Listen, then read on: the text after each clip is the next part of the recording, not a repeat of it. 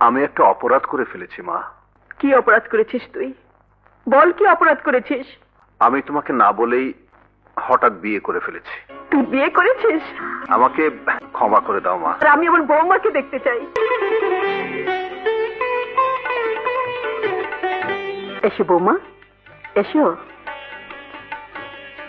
শোনো বৌমা, এই বাড়িতে আমি যখন বউ হয়ে এসেছিলাম, আমার শাশুড়ি এই গহনাগুলো আমাকে পরিয়ে দিয়েছিলেন। আর আজ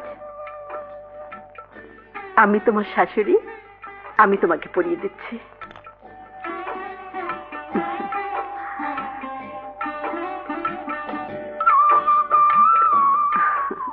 রকিব, হঠাৎ করে তুই বিয়ে করে ফেলেছিস, তাই আমি আগামী শুক্রবার অনেক লোককে দাওয়াত করেছি। খুব ভালো করেছো মা, খুব ভালো করেছো। বসো। রকিব, হ্যাঁ, বৌমাকে নিয়ে আয়, যা।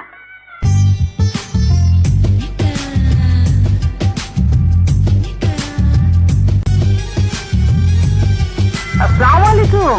ওয়ালাইকুম আসসালাম। আপনাকে তো ঠিক চিনতে পারলাম না। আমার নাম জরিনা বেগম। আমার মেয়ের সঙ্গে তো আপনার ছেলের বিয়ে হয়েছে। আমার বৌমার মা আপনি? আসুন আসুন। তা আপনি একা কেন? বেয়াই সাহেব কোথায়? আমার মেয়েটা যখন খুব ছোট ছিল তখনই আমার সাহেব দুনিয়া ছেড়ে চলে গেছে। খুব কষ্ট করে মেয়েটাকে মানুষ করেছি। আমার একটা যাত্রা দল আছে, বিশ্ব অপেরা। ওই যাত্রা দলে অভিনয় করে আমি সংসার চালিয়েছি। আপনি যাত্রা দলের অভিনেত্রী? জি আপনি যাত্রার স্টেজে নাচ গান করেন? জি। রকিব, এই রকিব, বিয়ে করেছিস? বল, কাকে বিয়ে করেছিস? এই মুহূর্তে আপনার মেয়েকে নিয়ে আমার বাড়ি থেকে বেরিয়ে যান। মা। তুই চুপ কর, আপনি বেরিয়ে যান। যাচ্ছি যাচ্ছি, যাওয়ার আগে একটা কথা বলতে চাই।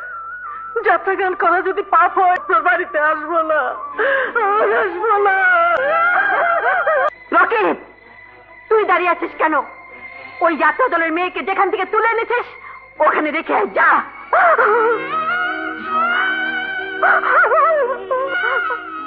মা, ও তো এই বাড়ির বউ, ওকে আমি ধর্ম মতো বিয়ে করেছি। সামান্য একটা যাত্রা দলের মেয়ের জন্য তুই আমার মুখের উপর কথা বলতে পারলি? কেউ নেই, এই সংসারে আমার কেউ নেই। তোরা এই বাড়িতে থাক, আমি চলে যাচ্ছি। না, তুমি যাবে কেন? ওকে নিয়ে আমি চলে যাচ্ছি। তুই যদি আমাকে ছাড়া থাকতে পারিস, আমিও তোকে ছাড়া থাকতে পারবো। তুই জীবনে আর এই বাড়িতে পা রাখবি না। যা, এই মুহূর্তে বেরিয়ে যা।